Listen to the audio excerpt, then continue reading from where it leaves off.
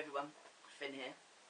Right, I want to do a video on where I see myself on the gender spectrum in terms of my gender identity, gender expression, and the labels I feel most fit me. This is something I've talked about in bits on various of my own personal videos and on It's a Man's World as well.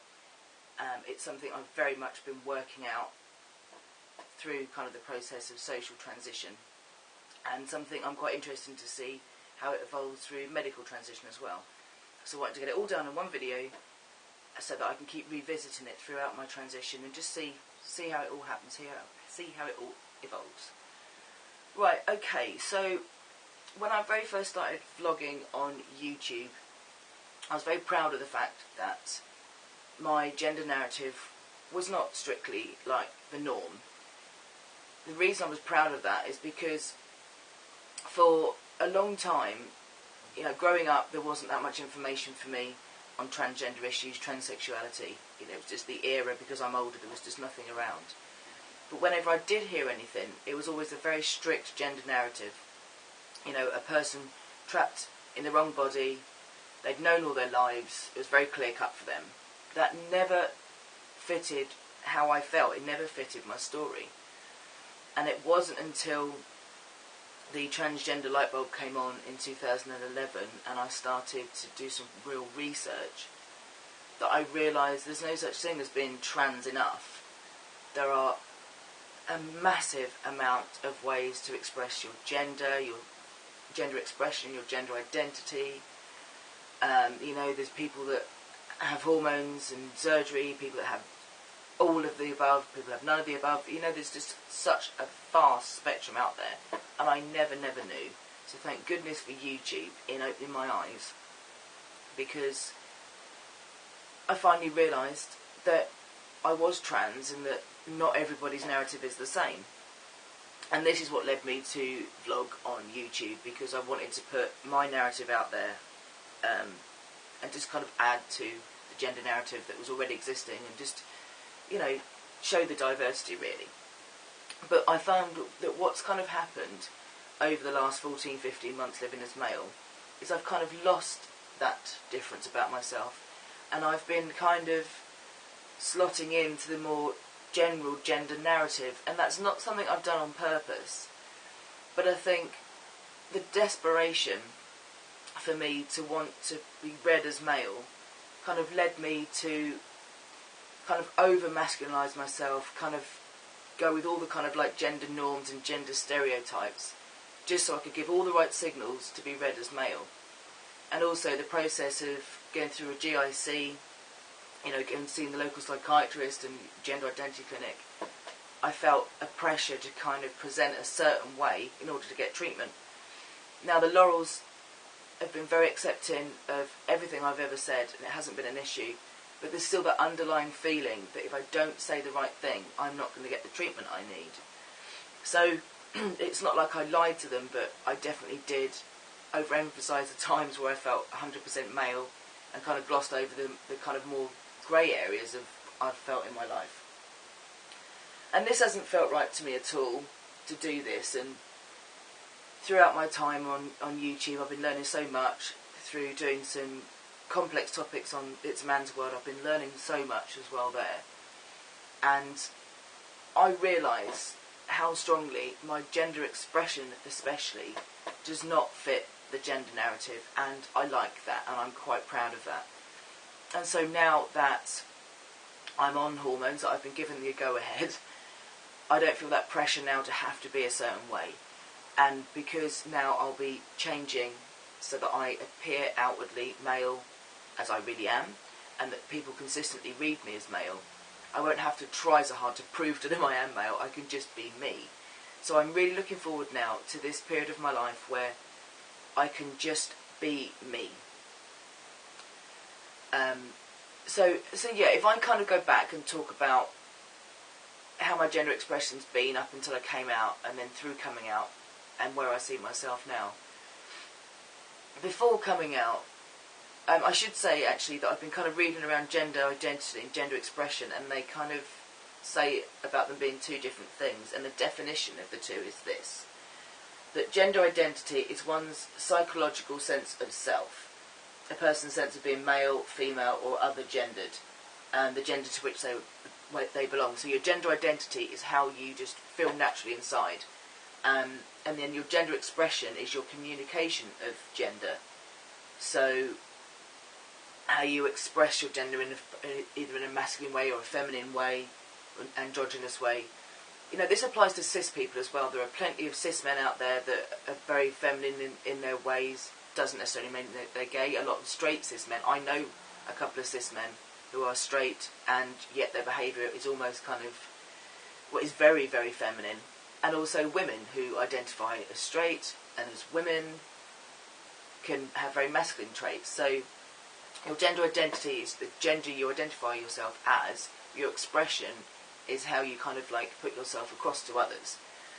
So looking at my gender identity over time, as I said in my video about how I knew I was trans, I didn't know I was male because I didn't know it was possible. But what I did know is that I wasn't female, and that my identity wasn't right. Being called she, being treated as a girl, just never ever felt right for me, and I couldn't put my finger on why until I found out about being trans. But that has remained constant all my life, that feeling of not being right in the gender I was assigned, that female did not feel right to me. So my gender identity has been constant in that way. My gender expression, on the other hand, has been a pendulum all my life.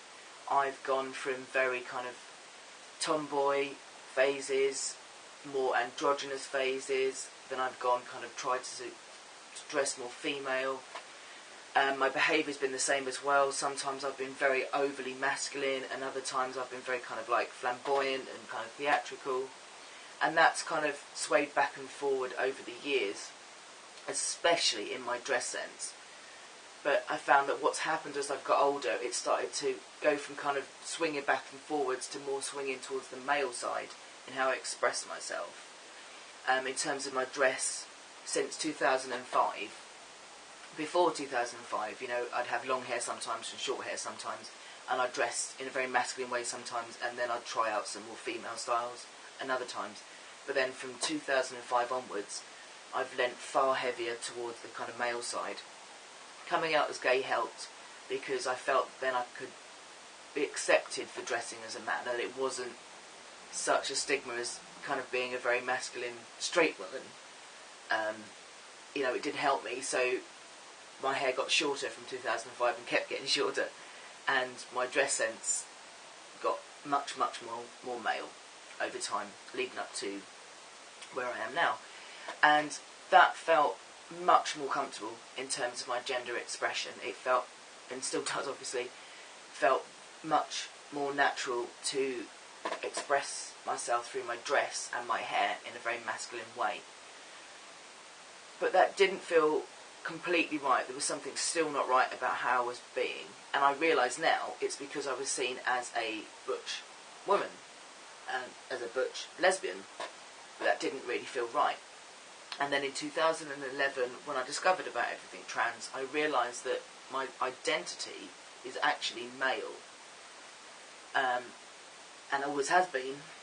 It's just that I didn't have the words to explain that until 2011. So, as I said, when I came out on YouTube, it was very much talking about how I do feel male, but there's the other bit of me that isn't completely male, that I can kind of swing in my behaviour-wise towards masculine and feminine behaviour. So, as I say, coming out, I was kind of feeling the pressure to be read as male. So I overemphasised my traits. Now, I've always had very masculine traits in terms of how I hold myself, how I sit, how I walk. And they were very masculine. As a woman, they were very masculine. But keeping those same traits living as a man, they're actually not masculine enough. So as a woman, I presented as very masculine, and as a man, I'm presenting as quite feminine, which is quite strange. But, so I tried to kind of really copy male behaviour, kind of just make all of my behaviour very kind of like male, so not waving my arms around as much, not kind of being so tactile and touchy-feely and all of that. But it wasn't feeling right. Now, coming out as male, living as male, just clicked. Having a flat chest with the binder, going really short masculine haircut, having people call me he, clicked overnight. As soon as I took that risk and came out, I was like, yes, that is definitely how I identify. I'm definitely male. However, trying to change my behaviour did not click. Now, I persevered with it because I thought, well, when you transition socially, you adapt to kind of living as male. Then you transition medically and you adapt to living as male. So the social part, because I've been socialised as female, also needs undoing, and I need to be socialised as male. Which is obviously the case for a lot of people. A lot of trans folk, they do completely identify as the opposite gender to what they were assigned at birth, and they move through that and become wholly male in all of their aspects, their appearance, their identity, their expression, the works. Nothing wrong with that. It's just that we're not all the same. Like cis people, we're not all the same. So, for me, it did not feel comfortable to adapt my behaviour to be completely wholly male. And over time, over this last 14 months, I've really been kind of like exploring why this is and looking at so many different videos, because it feels very confusing to kind of on the one hand feel, yes, very much 100% male, but then in how I express it, kind of go between masculine and feminine. I have some days where I'm very male and kind of sit like this and short sentences and what have you. I'm sorry to be talking about it like this. It's very stereotypical the way I'm explaining all this. Very kind of like gender norms and gender stereotypes. But that's the only way I can explain it right now. It's difficult to talk about these things without slipping into that. So, yeah, in terms of my gender expression, I do go through times where I'm very much male in, you know, I'm more kind of quiet, more kind of like assertive, the way I sit. And then other times where I'm much more female, where I go kind of quite theatrical and quite emotional and expressive. And that does that all the time with me. And as I say, it's been like that all my life. So if I actually look, my gender identity has been solid. Even though I didn't know it was male that was the issue, it has always been solid. Whereas my gender expression has always done that and is continuing to do that. However, my gender expression seems to be split into two parts. Because in terms of expressing my gender through my dress, I love to look 100% male in my dress and in my hair. You know, I wouldn't feel happy wearing a skirt and some makeup. You know, it's just not going to happen. But in terms of my behaviour, that is very kind of androgynous, almost bi-gendered. I've been looking a lot at kind of the concept of two-spirit, bi-gender. And I thought that was about your gender identity. Now, please, people comment and help me out on this, because this is where I get a little bit confused with the gender identity and gender expression difference. Because I absolutely 100% feel male in my gender identity. But in my gender expression, I do feel bi-gendered, that I can switch between female kind of expressions. I know that these characteristics can be male in a man as well, but they are typically seen in a woman. I'm talking about behaviours that are typically seen in women and typically seen in men, and I swap between those two different types of behaviours all the time. So yeah, I'm still trying to work all this out, because now I can just relax and be me. Now I can really fully start to explore all of this and the way I'm being in the world. And I do realise that a lot of the ways I'm being is very camp. And when I'm fully read as male, I'm likely to be seen as a gay man. I know people in America have trouble with the word camp, but think about theatrical being like, oh, all of that, very flamboyant with your hands. Think Julian Clary, Alan Carr, you know, very kind of theatrical. The typical thing that's associated with gay men is kind of how I can be at times. You know, one minute I'll be sitting very masculine, the next minute I'll be twirling around the room in a very kind of gay fashion, and that finds it hilarious. But I like that about me, and I am aware that I'm likely to be seen as a gay man because of it, but I'm actually not really bothered about that. I'm really not concerned about fitting in a box, really. So I'm waffling, and I mustn't waffle for too long. How long have I been going for? But I just want to get all this down, so how I feel now, really. So yeah, where I currently am is I don't know. I'm still trying to understand that part of me, and it'll be interesting to see now with hormones how that changes, whether the softer aspects of my personality, like my compassion, my gentleness, my kind of very emotional nature, where my heart on my sleeve. I like to talk lots about very in-depth things. I know, again, these aren't all just female traits, but they're more typically seen as female. I don't have very many typically male behaviour traits. So it's going to be interesting to see how testosterone affects that. I'd also want to talk about something I said on It's a Man's World last week as well. I was talking about the difference between transgender and transsexual. And this is also somewhere I'm trying to work out where I am. The difference between transgender and transsexual, as I understand it, is with someone who's transsexual, they need medical assistance, hormones, surgeries to align themselves with their body because the dysphoria is so bad. Whereas somebody who's transgender, it's just kind of like a different gender in their head, and they might not necessarily need to change their body. That's a very crude definition. But you see, I identify as transsexual in that I do see myself as intersex, as a psychological intersex. That my identity in my brain is male, and my body doesn't fit that. So I need surgery because my dysphoria is so bad around my chest, around my voice, around my face, and my general expression of gender identity expression needs to be male. So I do identify as transsexual in that sense. However, once I've had the outward surgeries I need to present fully as male, flat chest, once the hormones have taken shape and I've got a beard and a low voice and my body fat's redistributed, and I'm passing and being seen as a man 100% of the time, my gender expression, if it stays the same as it is now, is transgender, because transgender is an expression of gender that is different to how you're expected to behave in a particular gender role. So I wouldn't be the typical man and expressing myself in a typical male way, because as I said, my gender expression feels very bi-gendered, androgynous, both and. So I see myself as both transsexual and transgender. Transsexual in that I need medical intervention.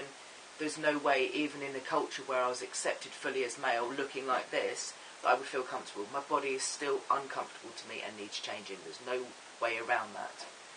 So I say I'm trans because I don't feel like I go around it trying to explain to people that I'm both transsexual and transgender. So I class myself as being under the trans umbrella because I feel a mix very much of the two aspects. So I guess that's what I'm saying, is I feel very much a mix of the both. Which brings kind of like my assigned sex into question as well, because of my genitalia, because I have a vagina. I was assigned female at birth. I'm not female. But I don't currently, and this is another reason why I don't feel the transsexual label fully fits me, I don't currently feel the need to change my lower half. Now, if it was more straightforward, if I was younger, if it was just one operation, if it wasn't so invasive, if it 100% worked and everything functioned and it was just so easy, I'd do it.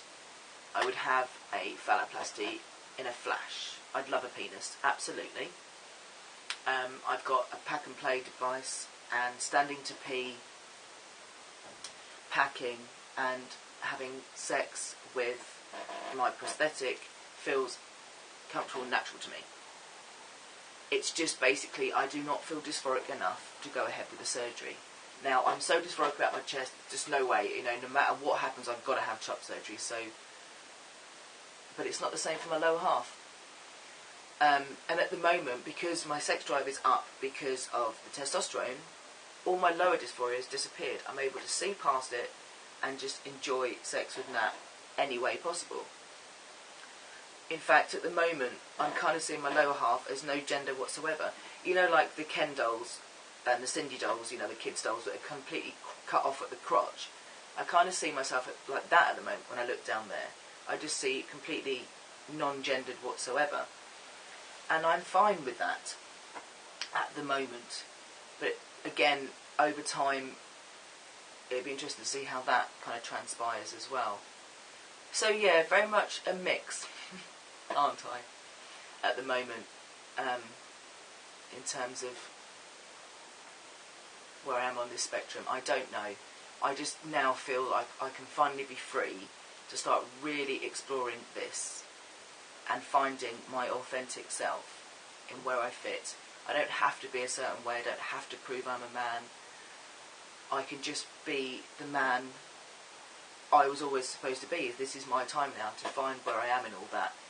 And it's going to, in the 14 months I've changed so much in terms of where I see all this. So I really just wanted to get all this down now so I can just see how that progresses. And just really to get it out there that, not fitting the gender narrative is not a bad thing. We're not all carbon copies. Just, it's like cis people. They're all different. And cis people don't walk around kind of working out their identity every day. They just take it for granted. If a cis person is a woman that's quite masculine in her behaviour, she doesn't even question it. It's just as trans guys, we do question it because often it's seen that if we transition, we should be fully male in every aspect of ourselves. But that's not always the case. We're just as diverse as cis people. And the only reason I'm sitting here working it out is because I haven't been allowed to be the full me all my life because there's been pressure of society. But now that pressure's gone, which is a wonderful thing about being transgender, I can just now go and be the man I've always known myself to be and find out exactly what that man is. So, thank you for sitting through that. I'm aware it was very, very long. Please do send me a comment, a message, or whatever, because, I've only learned about myself through sharing with other people, and I always really appreciate that. So yeah, thanks for watching everybody, and I shall talk to you soon. Bye bye.